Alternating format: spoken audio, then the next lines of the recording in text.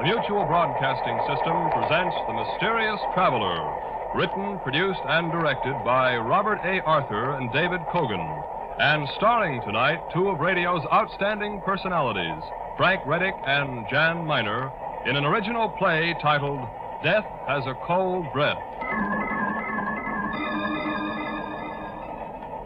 This is the Mysterious Traveler, inviting you to join me on another journey into the realm of the strange and the terrifying. I hope you will enjoy the trip, that it will thrill you a little and chill you a little, as we discover that death has a cold breath.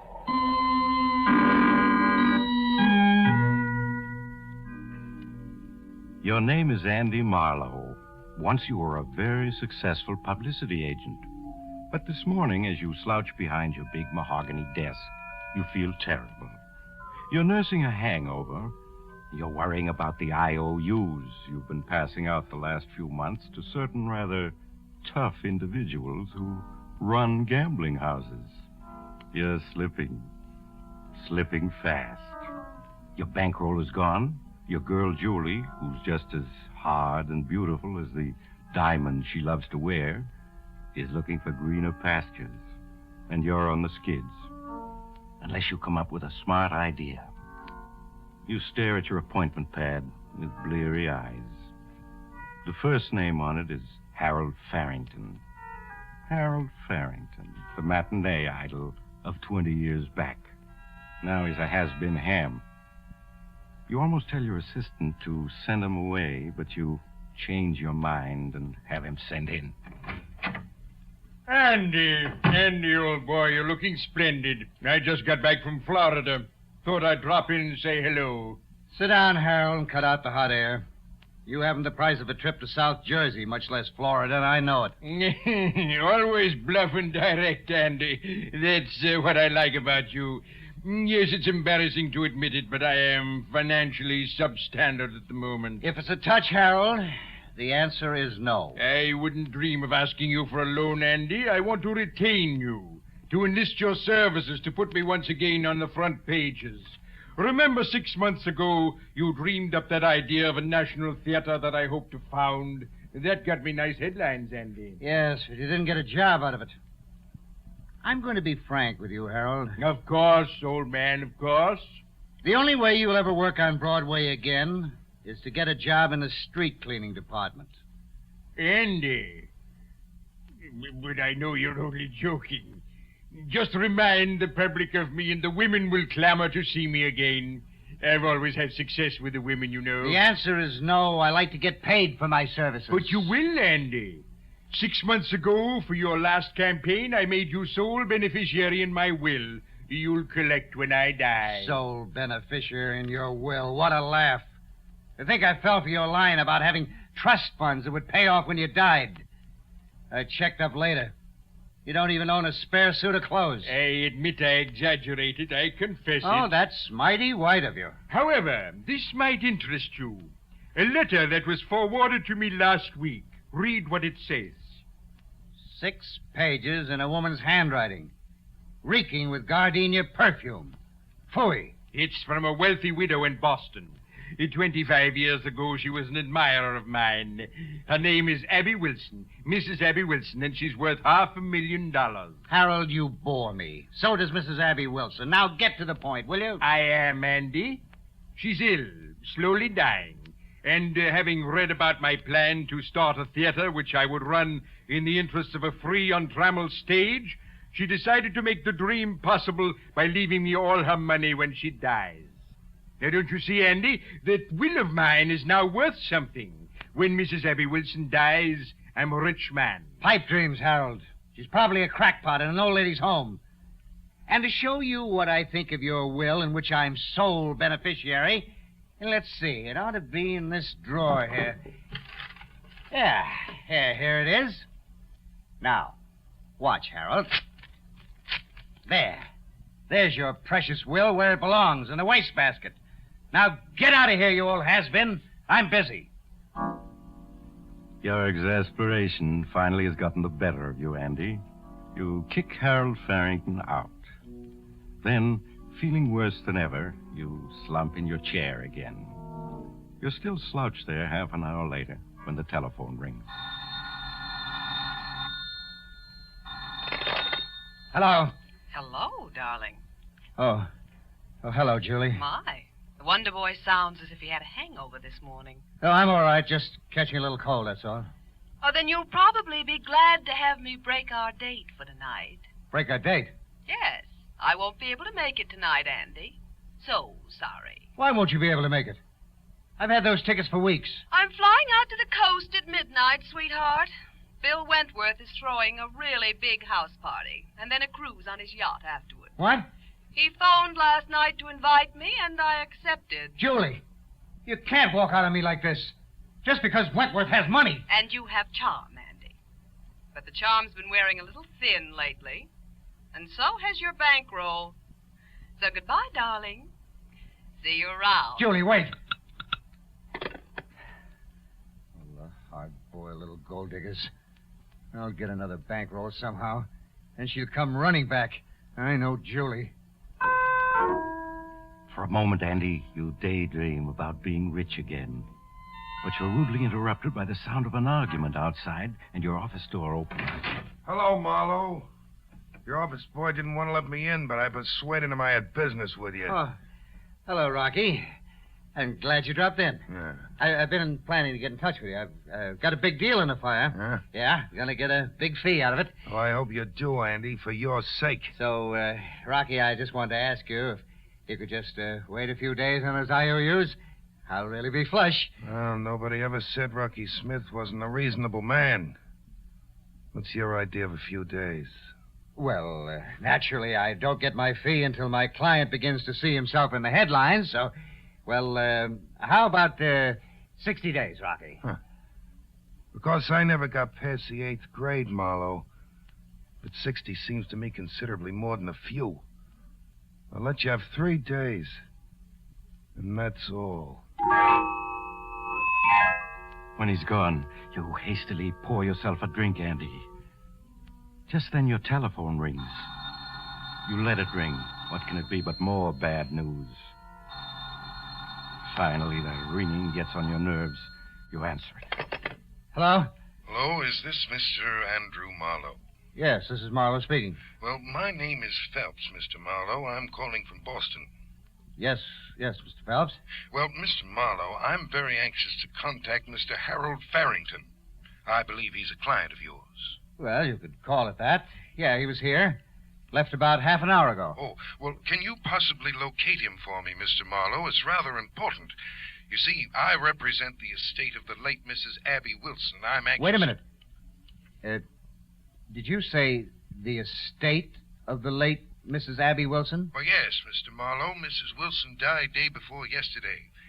And it appears that her new will leaves everything she owns to Mr. Farrington. I believe she was once an admirer of his. Oh, yes. I know all about that, Mr. Phelps. I'll tell you, I'll locate Harold for you. You just leave it to me. Well, I'd certainly appreciate it, Mr. Marlowe. I'd like him here for the probating of the will. Of course, as soon as the news gets out... He goes on talking, but you're not listening, Andy. Your mind is working like lightning now. So that crazy story of Harold's about a rich widow leaving him everything was true. Like a fool, you tore up Harold's will, making you his heir. There must be some way to save the situation. Then it comes to you. The whole plan in one brilliant inspiration. You interrupt the lawyer. Oh, Mr. Phelps, excuse me, please, but... Yes, Mr. Marlowe?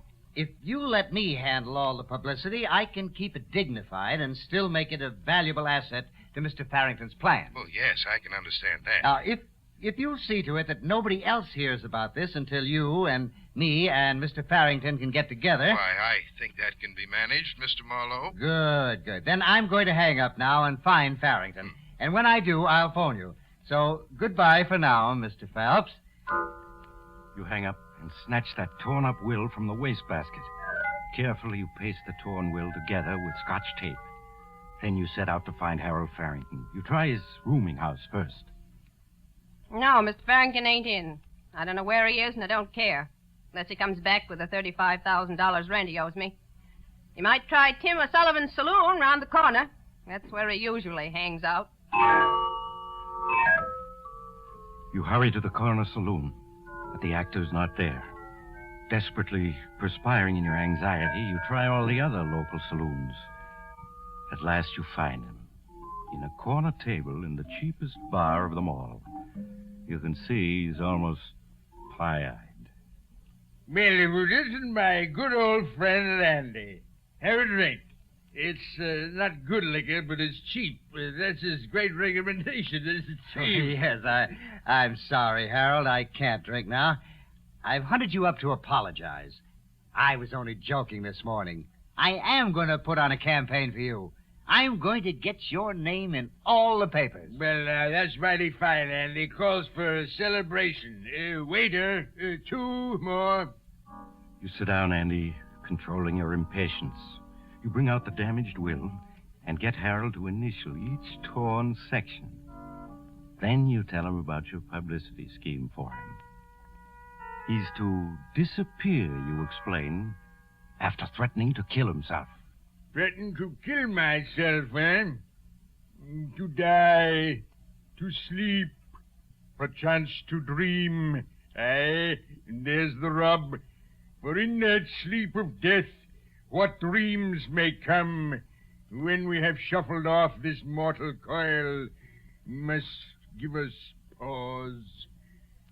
Shakespeare, Andy. All right, sounds like a good scheme. I'll cooperate. Your plan is working, Andy. Working beautifully. You get Harold Farrington into the phone booth. You phone Ross of the Daily Ledger, and Farrington talks to him. Hello, Ross. This is Harold Farrington. Just wanted to tell you I'm going to play a big role soon in The Tragedy of Man. I'm going to play the corpse.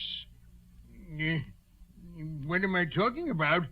I'm just trying to tell you, old boy, the time has come to ring down the curtain. Going to end the little drama of Harold Farrington. Hello. Andy, how do you like that? He said I was drunk, and he hung up. Yes, your scheme is working beautifully. You have Harold Farrington phone all the critics and tell them he's going to kill himself. But then Farrington collapses. Desperately, you realize you have to have help. You telephone Julie. You persuade her to bring her car and meet you. You show her the will. Tell her about Mrs. Abby Wilson. Surely, Julie, you understand. If this will is legal, I'll come at $500,000 soon. I understand that, darling. But just how are you going to collect? I mean, suppose dear Harold decides to stay alive and then changes his will. He won't. I mean, how long can he live drinking as he does? He's on his last legs. You mean you'll keep him supplied with free liquor until he obligingly drinks himself to death, Andy, dear? Yes, something like that. I haven't time to tell you the details now, but somebody has to get Harold to my cabin up in the woods and keep him hidden there. That's your job, Julie. Get him there, keep him there, and don't let anybody know he is there. Darling, for both our sakes, say you'll do it. Well, it means missing Bill Wentworth's party, but all right, I'll do it. Only, Andy, darling, this scheme of yours had better pay off. So that's taken care of. Julie starts off for your secluded cabin in the mountains with Harold Farrington. You promise to join her the following night. The next morning, you get busy on the phone, ostensibly trying to trace Farrington. Among others, you call your old friend, the theatrical critic, Paul Milton. Yes, Paul, I am worried about Harold Farrington. It's no gag. I know he called you yesterday and threatened to commit suicide, and I think he meant it. I'm really worried about him. Okay, I'll keep looking. See you soon, Paul. We'll have a drink together. Paul Milton's skepticism is typical, and it's just what you want. Last of all, you call another old friend, Captain Harry Banning, in the Bureau of Missing Persons. Oh, now, Harry, I'm not trying to drum up a story. Farrington really is missing. I want you to put out a missing persons notice on... Well, if that's the way you feel about it, I'll have to find him without any help from the police. You hang up, and you're pleased, Andy. Very pleased. That evening, you catch the train for the little town of Ridge Gap, where your cabin is located. At the Ridge Gap station, you slip away into the darkness without being noticed. It's bitterly cold, but you walk the 2 miles to your cabin. There you find Julie and Harold Farrington having a drink in the living room. After the necessary greetings, you waste no time in getting down to business. Well, kids, we're rolling. The editors are beginning to believe in your suicide, Harold. Andy, I'm not so sure that the suicide is a good publicity angle. The more I think about it... Of course it's a good angle. Isn't it, Julie? Why, of course it is, Harold. Why, it'll get the critics to writing long, appreciative articles about you. The kinds of thing the producers all notice. Well, maybe, but I still think... Harold, you hired me to do the thinking. Now, listen. You write me a long letter of farewell. Understand? A letter of farewell. Well, I could do that with the quotations from my great plays, Macbeth, Hamlet. That's it, Harold? Yes. I'll take the letter back to New York with me. I'll call all the critics. I'll get a couple of them to rush up here with me. Now, just before we get here, you take 1 sleeping tablet. Then pretend to be unable to wake until we've worked over you for at least half an hour. You got it? Yes, of course. I could do that. And look absolutely on the level. Tomorrow evening, your name will be headlines from coast to coast. Well, if you're sure, Andy. I'm positive. Now, sit down at my desk and start writing that suicide note. And be sure to apologize to me for using my cabin. You understand, Harold? You leave Harold Farrington busy writing the suicide letter. You take Julie into the next room to tell her the rest of your plan. And as soon as he finishes that letter, Harold's going to die. You understand that, don't you, Julie? Die? Andy, you didn't say anything about that when you sent me up here with him. I'm not going to have anything to do with murder. Harold will drink himself to death in another 6 months. What difference does it make if he goes now? It means $500,000 to us, me and you. It's perfectly safe. By now, half New York knows Harold was threatening to kill himself. You go on If he married talking, you, persuading you'd be her. rich. And when you All want to putting be, up a you little can act be for only a few very, days. very Maybe persuasive. a few hours. At last, Julie gives in to your scheme. All right, Andy, I'll do it. But let's get it over with quickly. You go back into the living room. Harold has finished writing his farewell to you and the world, and he's reading it aloud with great self-appreciation. Out, brief candle. Life's but a walking shadow, a poor player that struts and frets his hour upon the stage, and then is heard no more. Oh, there you are, Andy. Listen, I think this is rather good. He begins at the beginning and reads the whole letter to you. It's what you want, exactly. As he reads, you busy yourself fixing him a drink. And into the drink, you pour the contents of a small bottle. Harold Farrington finishes his letter and waits for your applause. That's splendid, Harold. Simply terrific. It nearly made me cry, just listening to it. I think without undue modesty, one could say it's good theater. Oh, is that a drink for me, Andy? Well, it isn't for anybody else, Harold. Thank you. I've earned this drink. Well, bottoms up. He drinks, and in 5 minutes, it's all over. For one last instant, he stares at you accusingly, then his eyes close, and he falls forward on the desk. He's dead. Perfect, Julie. Couldn't have worked out better. Oh, now what, Andy? Back to New York and come find him tomorrow or the next day? No. It's all going to be settled tonight.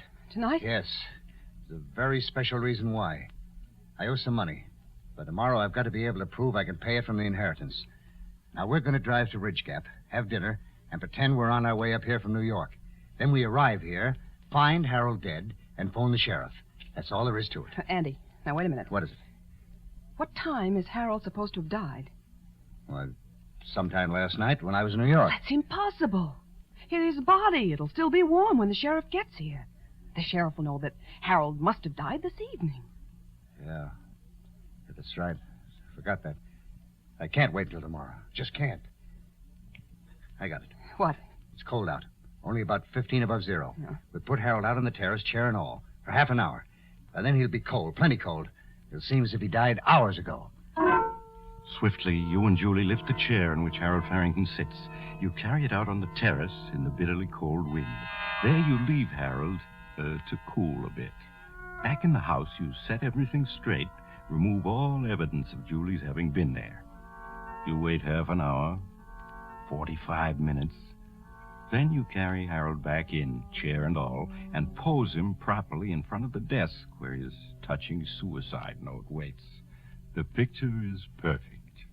Cold enough now. Feel his forehead. He's like ice. Yeah. That's because he died last night, my dear. Now let's go. Have dinner at the village.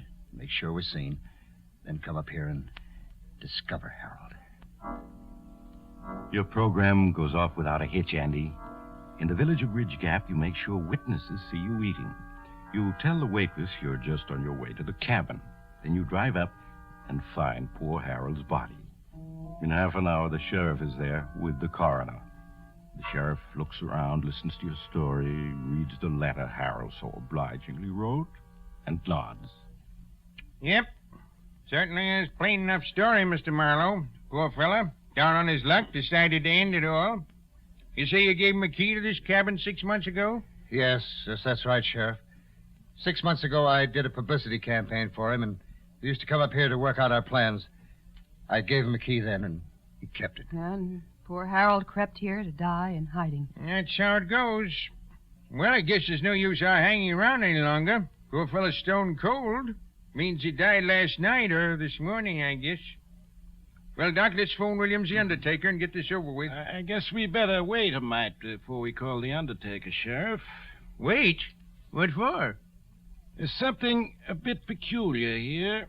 Peculiar? Well, what do you mean, Doc? Let's feel this fellow's forehead.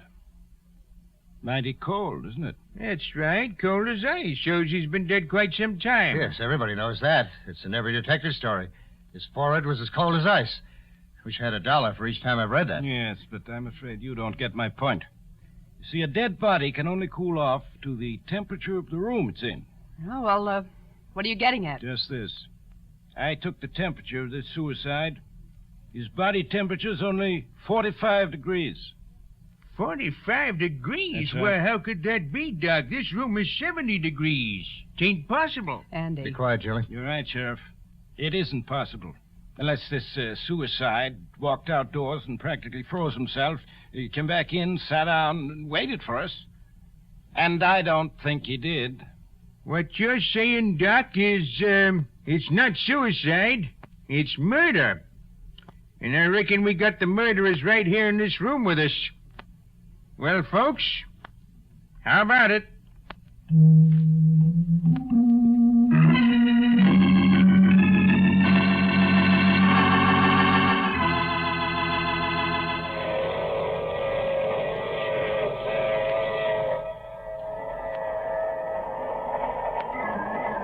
This is the mysterious traveler again.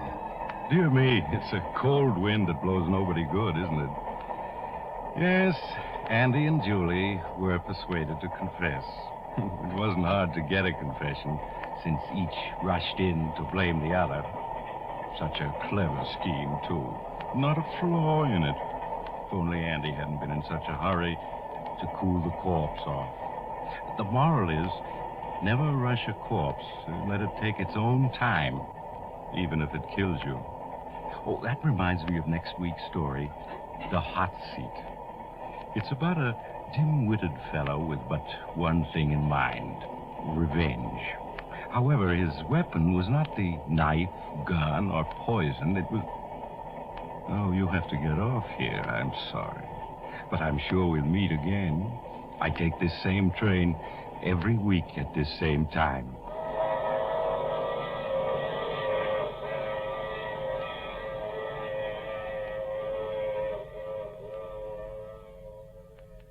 You have just heard The Mysterious Traveler, a series of dramas of the strange and terrifying. The role of the mysterious traveler is played by Maurice Tarplin. This is Jack Farron speaking. This is the Mutual Broadcasting System.